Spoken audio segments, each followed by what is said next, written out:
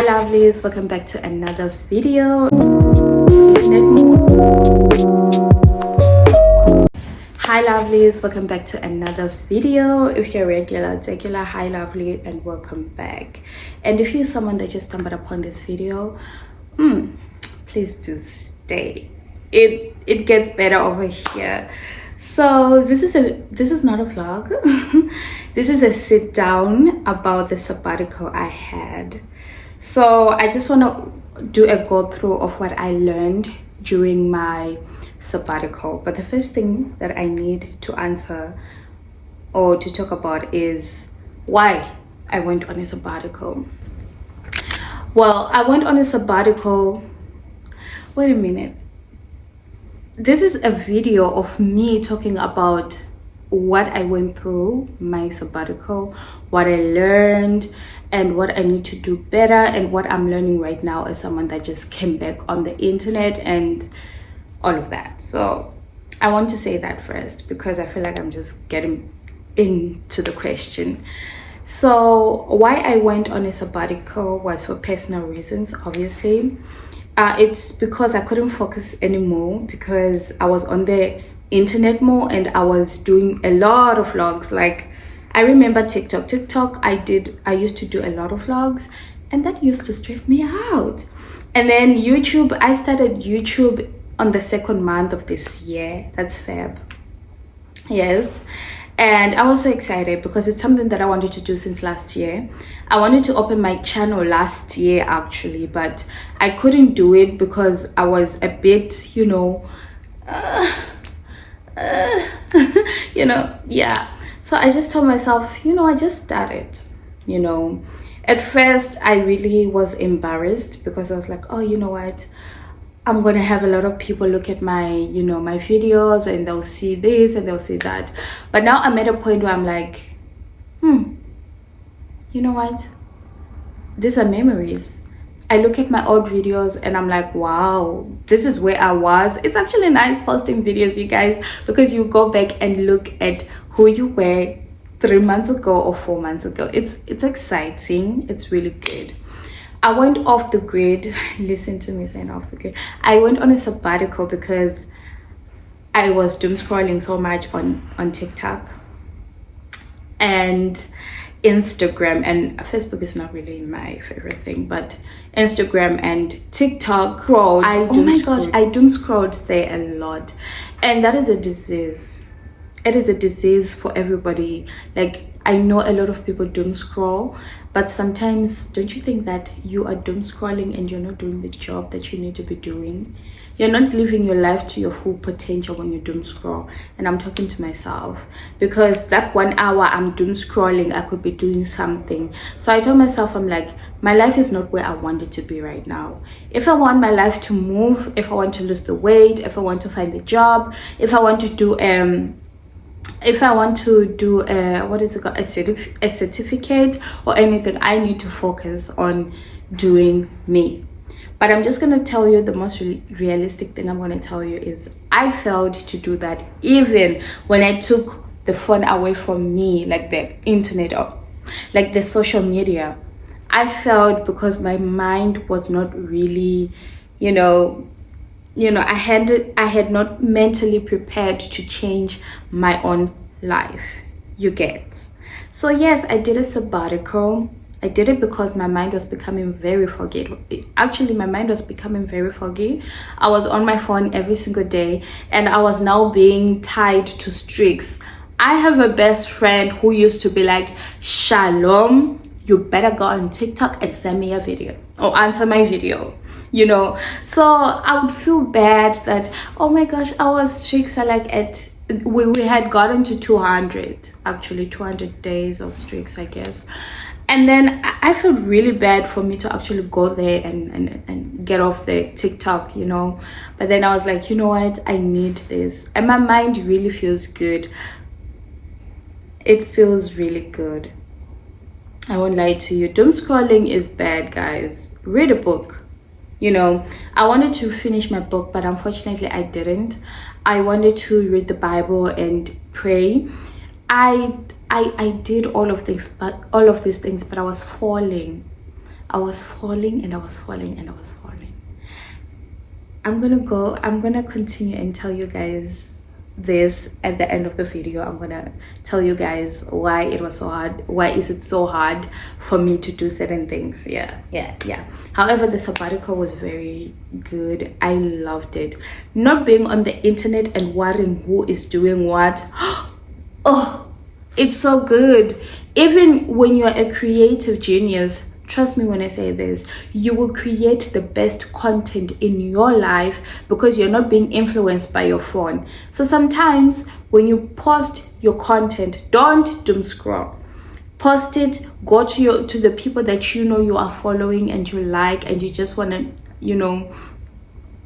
support them, do it. Also, on my sabbatical, I was actually watching YouTube videos. I actually got to know a lot of Zim YouTubers. Hey, I didn't know Zim had a lot of YouTubers. I don't live in Zimbabwe. Like, for now, I don't live in Zimbabwe. For now, I live in Dubai. So whenever I search Zim YouTubers on the internet, it really doesn't show exactly what I want. So I don't know when this group was created. I just want to say shout out to Sharon Mungazi for actually making sure that us as YouTubers, we have a space where we learn about other YouTubers, we learn about how to create different types of content. So in that group, I actually got to see different types of content creators, and I love that. I love Zim content. I love when people say spend a day with me in Zimbabwe. Like, I love, because I love living in my country. Unfortunately, I'm not there for now, but I love just seeing the authenticity of people just vlogging their lives, guys. Like, I live for that. But anyways, so it really got, I on my sabbatical, I really just was not on my social media accounts. I was on YouTube watching people, and I also stopped posting on YouTube, on TikTok, everywhere. I just told myself that I need to regroup. I shouldn't put pressure on myself with videos and editing. And let me tell you something, editing is the pits. That's where it's like, it's the pits. It's not nice, but when you do it, you just gotta do what you gotta do, right? So I stopped doing that because I was actually putting pressure on myself that I need short form content for YouTube, I need short form content for TikTok. It was a lot for me. However, it was good. It was a good sabbatical. Is a sabbatical actually worth it? It is worth it. It is a worth it thing. FYI, you guys, nobody's asking me these questions. I'm just, trying to break down a sabbatical to you. Anyways, it is actually worth it. It's the most worth it thing you can ever do. It will refresh your mind. If you're a student, it will help you. You will help yourself to study more. If you're a business owner, you will be refreshing your mind from everything. Because I feel like the internet is good, but also bad at the same time. You lose your creativity juice when you're always on the internet. So sometimes look at nature, read a book, just sit down, go, be in your house, sit down and wind down. Trust me, you'll get this best content you can ever get, or you get the best business ideas. You will go back to your career or whatever feeling refreshed. Because I'm not gonna lie to you, the internet is good, but it's 60% of it is just bad, honestly, because brain rot. So I feel like it's worth it if you're someone that is a content creator, especially if you're a content creator. You know what you could do? This is something I'm just going to tell to people who want to go on sabbaticals. What you can do is, if you're a big content creator, because I know content creation can be very hard, if you know that in July or in June or in December you want to go on a break, you know what you do? You film content for at least months, and then you just post them. and then you just post the content whilst when you're on a sabbatical. I think that will work for someone that is a big YouTuber. Yeah, I think that will work, because you're not going to lose your viewers and you're not going to lose anything, because you've already pre-recorded a month full of content. Now all you have to do is just post and post, and then you give yourself at least like 2 days or 3 days of editing, and you edit all of your videos, and then you just know that you're going to be balling for the rest of the 3 months, and then you can also film, because I feel like filming is easy. I was also filming whilst I was on my sabbatical. If I could, I would always film, so it's worth it. But that's my advice for somebody that is a content creator and wants to go on a sabbatical. Now let's go to another thing. Coming back on the internet now, how do I feel about that? I hate the internet. You know what? I love Instagram. I love TikTok. Instagram and TikTok are 2 different things. Even Facebook, the videos you find on TikTok, Facebook, and Instagram are actually different, or it's just me. I feel like they're different, right? However, now that I'm back, I'm doom scrolling. Like, I want to catch up with everybody, everyone's milestone. I want to see it. I want to check it. So this entire week I've been doing that. However, I think I'm going to stop doing that, and I'm going to set a limit to me being on social media before I continue doom scrolling again. So I'm going to set a timer on all of my socials. I have to be on each app at least 1 hour. That means I can go look at people's information, videos, like them, comment, watch them. I can do all of that 1 hour each app, because if you don't set a timer for yourself with these phones, trust me, you'll spend the rest of your day being on this phone. And for me, I'm someone that is trying to be productive, and I'm failing, to be quite honest. I'm failing to be a productive girly, and I hope that one of these days I will find balance. That's exactly what I'm doing right now. I'm trying to find balance in reading my book, in praying, like constantly pray. Like, yes, let things fall apart, but may I also pray. Like, I want to be prayerful. That should be me. That is something that people should be knowing about me. And I also want to lose weight. I love my body, don't get me wrong. If you don't, I love my body. I love my body so much, but I feel like I've carried so much weight now. You look at your height and your health, and you ask yourself, do I really need to be in a space where my weight is a bit too much for me? No. I'm not saying I have a fantasy. I used to have a fantasy of a certain body type that I want, but no, I just want to lose the weight. And I haven't lost. I lost weight this year and I gained it back, because I'm that person that when I stop something and then I continue it after a month, I will gain the weight. Okay, wait.